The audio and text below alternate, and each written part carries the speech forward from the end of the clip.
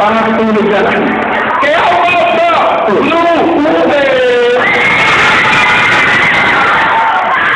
Ayun pala ko, ube hacker.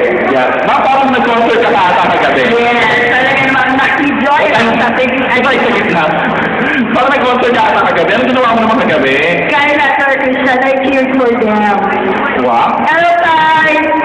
Hello, mukhang lahat tayo pagod, pero Kasi actually, for the information, FYI, dun sa mga nanonood sa atin sa taas, meron nakikicelebrate din sila. Guys, actually, we are celebrating our annual sports fest. Annual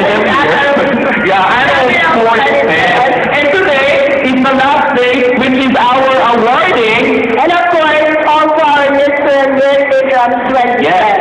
Kaya watch out, guys. Mamaya malalaman natin kung sino ba ang magaganda.